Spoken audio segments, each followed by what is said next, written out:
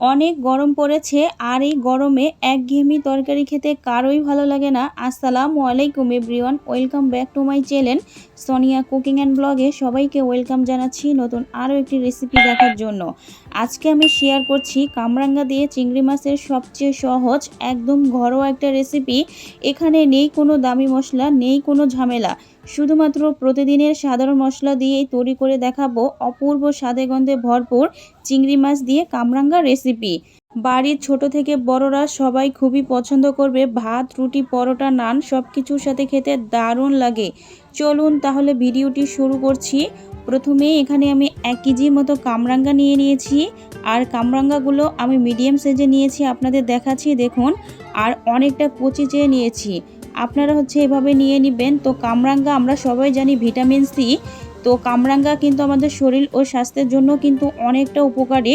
তো আমরা তো একঘেয়েমি সবাই তরকারি খাচ্ছি, তো গরমের ভিতরে আপনারাও এই কামরাঙ্গা দিয়ে এভাবে চিংড়ি মাছের ঝোল করবেন, দেখবেন খুবই ভালো লাগবে।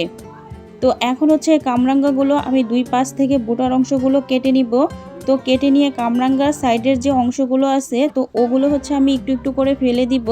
তো আপনারাও ফেলে দিবেন। আর যখন আপনারা এই কামরাঙ্গার ঝোল করবেন, এটা দিয়ে কিন্তু গরম ভাত আপনারা অনায়াসে 1 থেকে 2 প্লেট ভাত কিন্তু এই তরকারিটা দিয়েই কিন্তু খেয়ে নেবেন। আর বাড়ির সবাই কিন্তু খুবই পছন্দ করবে। আর এখন কিন্তু গরম পড়েছে। তো দেখুন আমি ছুরির সাহায্যে এই কাটা কাটা অংশগুলো আমি সম্পূর্ণটাই কেটে ফেলে দিচ্ছি। আমি এভাবে কিন্তু সবগুলো কামরাঙ্গাই কিন্তু কেটে নিব। আপনারা তো দেখেই বুঝতে পাচ্ছেন আমি কিভাবে কেটে নিচ্ছি। আমরা অনেকে কিন্তু অনেকভাবে কিন্তু টক দিয়ে মাছের ঝোল রেসিপি কিন্তু করে খেয়েছি, কিন্তু কামরাঙ্গা যদি না খেয়ে থাকি তাহলে আমার রেসিপিটি ফলো করে কিন্তু বাসায় একবার হলেও ট্রাই করবেন, দেখবেন খুবই ভালো লাগবে।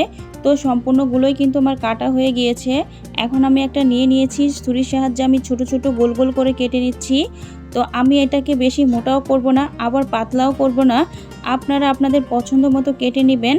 যখন কামরাঙ্গাগুলো রান্না করা হবে তখন কিন্তু আরও অনেকটা গলে যাবে, তাই আমি একটু মোটা মোটা করেই কিন্তু কেটে নিচ্ছি। তো দেখুন আমি এই সম্পূর্ণভাবেই কিন্তু কেটে নিচ্ছি।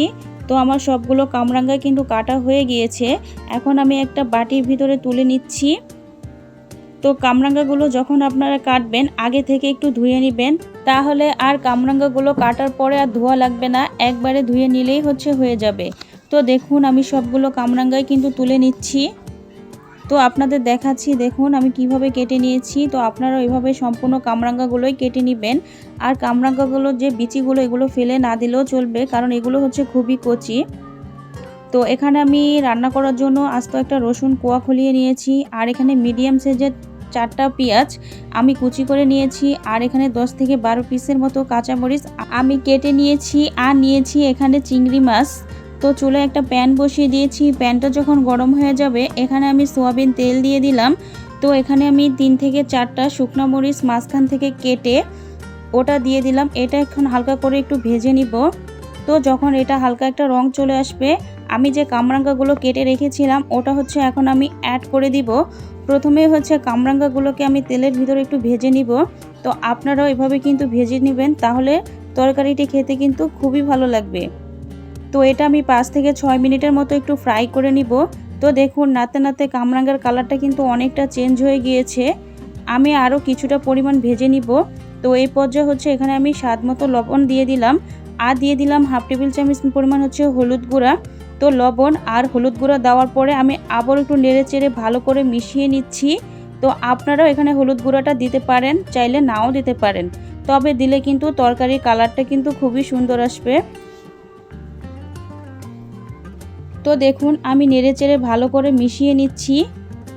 এখন আমি আরও মিনিট দেড়ের মতো কামরাঙ্গাগুলোকে ভালো করে একটু ভেজে নিব। তো দেখুন কালারটা কিন্তু অনেকটা চেঞ্জ হয়ে গিয়েছে। এখন আমি চুলা থেকে নামিয়ে ফেলবো, তাই চুলায় আবার একটা প্যান বসিয়ে দিলাম। প্যানটা যখন গরম হয়ে যাবে এখানে আমি পরিমাণ মতো তেল দিয়ে দিলাম। আর দিয়ে দিলাম পেঁয়াজ কুচি ও কাঁচামরিচ ফালি করে রেখেছিলাম ওটা। তো এখন আমি সব ইনগ্রিডিয়েন্টস ভালো করে ভেজে নিব। এটা যখন হালকা ব্রাউন কালার করে ভাজা হয়ে যাবে তখন এখানে আমি আদা রসুন বাটা অ্যাড করে দিব। 1 টেবিল চামচ আদা বাটা, 1 টেবিল চামচ রসুন বাটা, আর হাফ টেবিল চামচ পরিমাণ জিরা বাটা। এইগুলো আমি হালকা একটু ভেজে নিব। তো যখন ভাজা হয়ে যাবে তো এখানে হচ্ছে আমি পানি অ্যাড করে দিব। তো পানি অ্যাড করে দিয়ে কিন্তু এখানে আমি মশলাগুলোকেও অ্যাড করে দিব।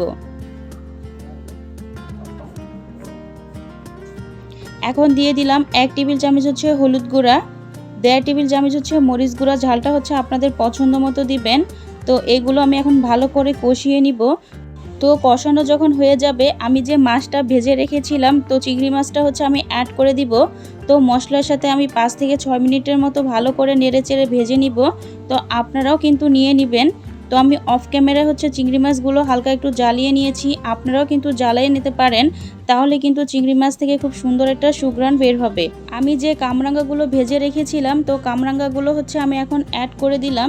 এখন মশলার সাথে আর কামরাঙ্গা ভালো করে মিশিয়ে নিতে হবে। আর এই কাজটি কিন্তু একটু সময় নিয়ে করতে হবে যেন ভালো মতো মিশে যায়। তো এখন হচ্ছে আমি ভালো করে একটু কষিয়ে নিব। যখন কষানো হয়ে যাবে এখানে হচ্ছে আমি পানি অ্যাড করে দিব। তো আপনারাও হচ্ছে মশলার সাথে কামরাঙ্গাটাকে ভালো করে কষিয়ে নেবেন। আর আপনারাও কিন্তু চিংড়ি মাছ দিয়ে কামরাঙ্গার এই রেসিপিটি বাসায় অবশ্যই ট্রাই করবেন। এখন কিন্তু কামরাঙ্গার সিজন, আর এভাবে কিন্তু তরকারিটা খেতেও কিন্তু দারুণ লাগে। তো এখন হচ্ছে আমি পরিমাণ মতো পানি অ্যাড করে দিলাম। তো এটা আমি হালকা একটু ঝোল ঝোল রাখবো, আপনারা যে যেমন পছন্দ করেন তো সেভাবে হচ্ছে দিয়ে দিবেন। এখন হচ্ছে আমি ঢাকনা দিয়ে ঢেকে রেখে দিব। তো কামরাঙ্গা হচ্ছে হইতে থাক, আমি এখন একটা স্পেশাল মশলা রেডি করব, তাই চুলায় আবার একটা প্যান বসিয়ে দিলাম। এখানে আমি দিয়ে দিলাম 1 টেবিল চামচ পরিমাণ হচ্ছে কালো জিরা, আর 1 টেবিল চামচ হচ্ছে রান্নার রেগুলার জিরা। তো এখন আমি ভালো করে একটু মিনিট দেড়ের মতো ভেজে নিব। তো আমি আবারও ফিরে আসলাম কামরাঙ্গা। তো দেখছি কি রকম হয়েছে। তো দেখুন অনেকটা সুন্দর মতো কিন্তু সিদ্ধ হয়ে গিয়েছে, আর কালারটা কিন্তু কতটা সুন্দর এসেছে। তো আমি যে মশলাটা ভাজলাম তো ওটা হচ্ছে আমি গুঁড়া করে কিন্তু তরকারির ভিতরে দিয়ে দিব।